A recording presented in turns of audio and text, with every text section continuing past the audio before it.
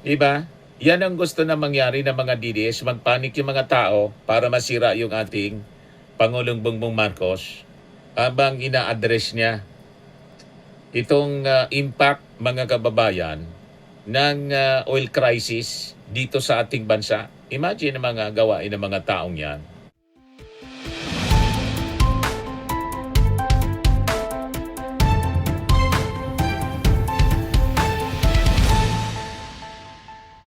Hello po mga kababayan, may warning na po yung Palasyo Malacanang sa mga nagpapakalat ng fake news. Ngayon na nasa gitna tayo ng emergency crisis. Ito po ang pinalabas na warning ng Palasyo Malacanang. Babala sa mga nagpapakalat ng peking balita.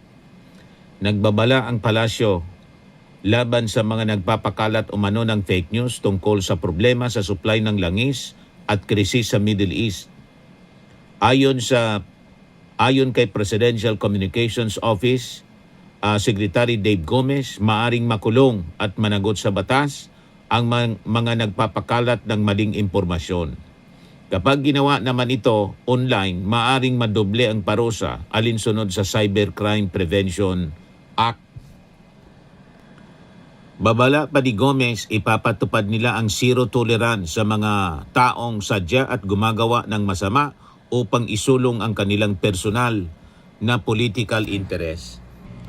We warn anyone who deliberately fabricates stories and spread fake news online to exploit the situation that they will be held to account to the fullest extent of the law. Tuluyan na po ninyo kasi masyadong namimihasa kasi walang nakukulong. Kailangan may makulong, hindi lang dito sa situation sa Middle East na ginagamit ng mga DDS, influencers at mga supporters nila ang pagpapakalat ng fake news para siraan yung ating Pangulong Bongbong Marcos. Pati po yung nagpapakalat sa tungkol sa health ng ating Pangulo. O di ba? Ang daming nagpakalat ng mga fake news paulit-ulit. Wala pa man pong nakukulong. May latest na naman nga dito si Kipicho. Mamaya basahin ko mga kababayan yung pinapakalat ng DDS influencer na si Kipicho. Dito muna tayo sa tungkol sa crisis na ginagamit po nila sa propaganda. The other day, may pinakalat na impormasyon tungkol sa lockdown, energy lockdown. Kaya dinibank mga kababayan ni Yossi Castro. Yan Palace debunks energy lockdown claim as fake news. Magkikreate siya mga kababayan ng panic sa mga tao. Diba? Yan ang gusto na mangyari ng mga DDS, magpanik yung mga tao para masira yung ating Pangulong Bongbong Marcos habang ina-address niya itong impact, mga kababayan, ng oil crisis dito sa ating bansa. Imagine ang mga gawain ng mga taong yan. Ito yung sabi ng ating Palasyo Malacanang nung Biyernes Santo. Malacanang on Friday labeled as fake news a circulating announcement supposedly from the Department of Energy claiming there would be an energy lockdown starting April 20, 2026. Palace Press Officer Claire Castro told reporters via Viber that the advisory, which even bears the DOL logo, is fake news. The fraudulent advisory urged the public to prepare power banks, solar equipment, candles, lamps, food, and other essentials in anticipation daw sa magiging energy lockdown. Napakasama nitong mga DDS influencers at mga fake news peddlers, mga kababayan. Talagang sinasabotahin nila ang Marcos administration kung ano-ano yung mga pinagagawa para magpakalat ng mga misinformation, disinformation. Talagang mga perwisyo po. In a press briefing on March 27, Castro already said that no energy lockdown was expected following Iran's denial of any dialogue or negotiations with the United States to end the war.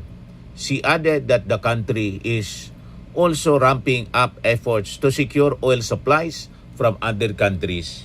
Wala po tayong problema sa supply. Gumagalaw po ang ating mga leaders para makasecure ng enough supply. Hanggang June 30, sabi ng secured na po ang crudo, supply ng crudo dito sa atin.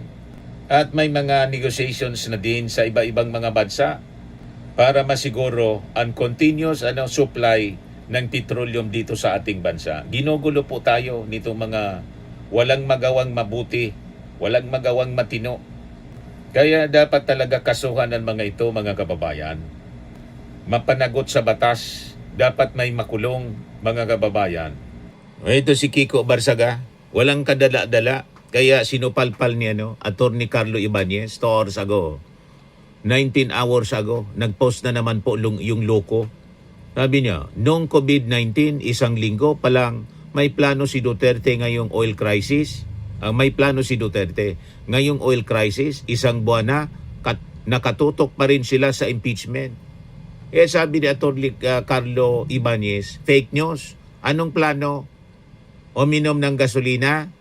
Sinupalpal mga kababayan si Kiko Barsaga. Isang DDS na suspendidong congressman, mga kababayan, na walang matino na lumalabas sa bibig kundi manira. Di ba? Mga kababayan, sabi natin hindi lang sa situation sa oil crisis ang tinapakalat nito mga DDS na fake news, pati sa kalusugan ayaw tigilan yung ating Pangulong Bongbong Marcos. Ito yung post ngayon 1 hour ago ni Kipicho, isang DDS influencer, mga kababayan, at sabi reporter ito sa Manila Bulletin, iwan ko kung tinanggal na to, walang tigil. Ayan puro kayo stage 4 na parang chismis na lang. I don't know where the rumors are coming from, but we should not treat BBM as some random celebrity. As president, it's actually his responsibility to show the Philippines his clean bill of health. Yung kalusugan na naman kini-question po. People have been talking about his supposed illness. Let's not diminish this. It's not chismis na showbiz. We should tell the Philippines exactly what he is sick of, if he is sick. We would not treat this as some chismis lang. We should point blank ask the palace, Claire Castro specifically, what he is sick of. Lagi na lang ganun, paulit-ulit. Naka-recover na yung ating Pangulo. Nagbakasyon lang, mga kababayan, kasi Semana Santa. Nandun, Easter Sunday ngayon, nandun sa Ilocos. Ito yung post ng First Family. Nagbodol fight pa nga sila. Nakita ninyo yung katawan ng ating Pangulo. Naka-recover na po. You see? Kaya sabi ng Marcos, loyalist na si Benji Contreras, mukhang bumabalik na ang pangangatawan ni Pangulong Bongbong Marcos. Tumaba na siya. Siguro, hiyang sa ilang araw na bakasyon sa Ilocos Norte, pinapakalat ng mga DD sheets na may malubang sakit si PBBM. Pero ito siya, malusog na malusog. Sa kakawis nila, baka sa kanila bumalik ito, katulad na nangyari kay dating ES Mijaldea. Mga kababayan, yung post, latest post ng Pamilya Marcos, mga kababayan. Ayan 2 hours ago, Bongbong Marcos, Happy Easter. Tapos ito yung mga nauna mga post niya, yung walang tigil na pagtrabaho, mga kababayan, kasama yung mga officials nung isang linggo. O di ba, mga kababayan? Yan, nagpahinga muna din yung ating Pangulong Bongbong Marcos.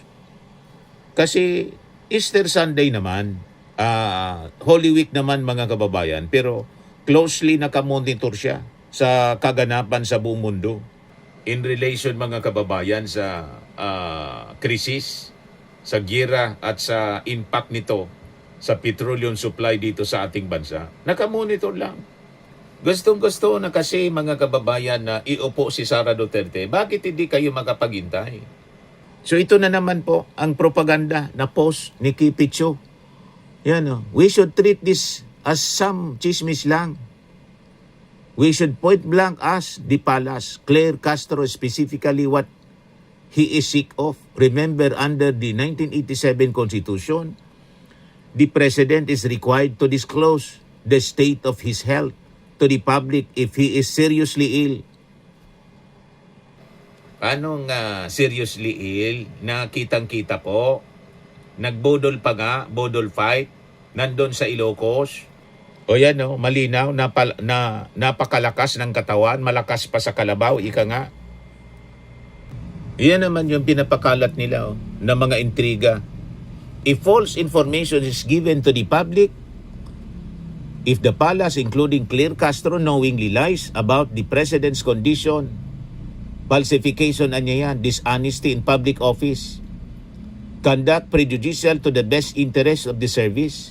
These are administrative offenses for government officials, violation of ethical standard, liability of spokesperson, yan anya yung mga pananagutan.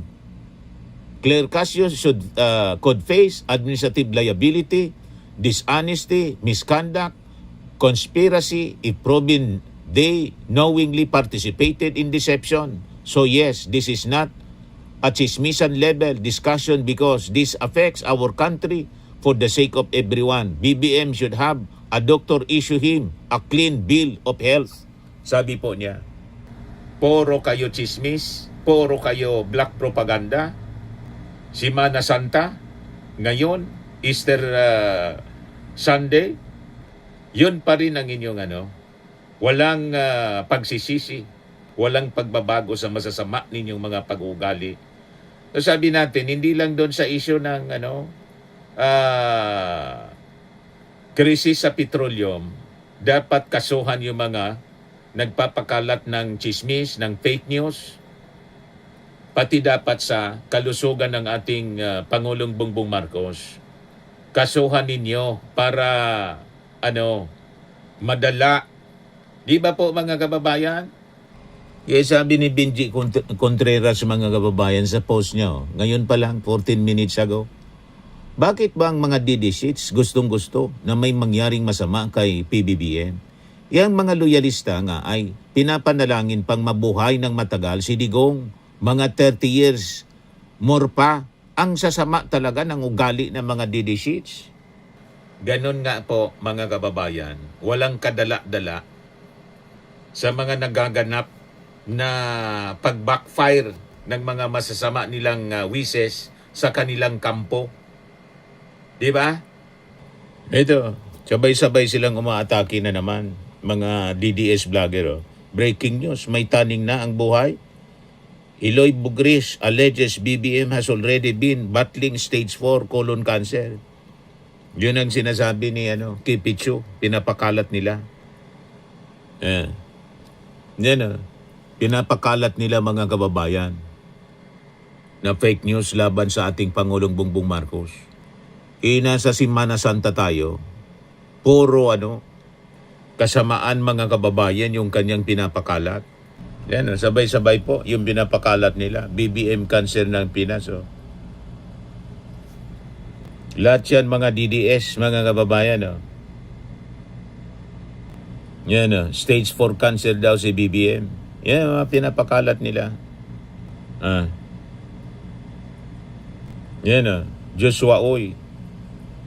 Reports have surfaced regarding President Marcos being diagnosed with stage 4 colon cancer. Dapat filean ito ng mga kaso, mga kababayan. Ginamit pa yung logo ng GMA News, ABS-CBN TV5 para magmukhang totoo, mga kababayan.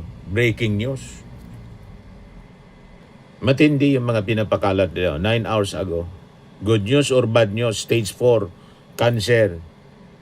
Sabay-sabay yung mga DDS po umatake. Yan Melodina Orlanes, stage 4 colon cancer. Wala na si BBM. Maaga siguro tong matitigok. Yan Ganyan katindi, kasama sila. Inday Mori, double time sila sa impeachment kasi stage 4 na pala ang colon cancer, kaya takot sila na si BP ang umupo. Ganon mga kababayan kasama ng budhi nitong mga DDS influencers. Kitang-kita yung kalusugan ng ating Pangulong Bongbong Marcos. Napakaganda na po mga kababayan. Yan po, malinaw. Happy Easter everyone. Yan ating Pangulo. Kasama yung mga anak. Bodol. Nagbodol fight sila, kumain sa labas. Kanilang tawag dito, sa labas ng kanilang bahay, sa playground nila, sa kanilang bakuran. Yan ang ating Pangulong Bongbong Marcos. Napaka-healthy. Malakas pa sa kalabaw. Huwag po tayong naniniwala sa kanilang mga paninira. Masyado na desperado ang mga DDS na iupo si Sara Duterte. Si Sara Duterte kasi siguradong ma-impeach at malamang ma-convict mga kababayan. At umarap sa perpetual disqualification mga kababayan. Hindi na makakandidato dahil sa kanyang mga ginawa. Napakabibigat ng ebidensya, kaya ang abogado ni Sara napakarami. 16 strong battery of lawyers sa Congress. Tapos sa Supreme Court may siyam pa siya. Mga kababayan yung nag-file ng petition sa Supreme Court. 25 lahat. Di ba po? Napakalakas ng kaso. Ni isa sa mga articles of impeachment po, walang sinagot. So, ang ibig sabihin malinaw. Hindi kaya nilang sagutin kasi totoo. Yun ang malinaw dyan mga kababayan. So, okay po. Ayan lang po mga kababayan yung ating short video. Ako po si Dante Maravillas. Bye-bye. God bless.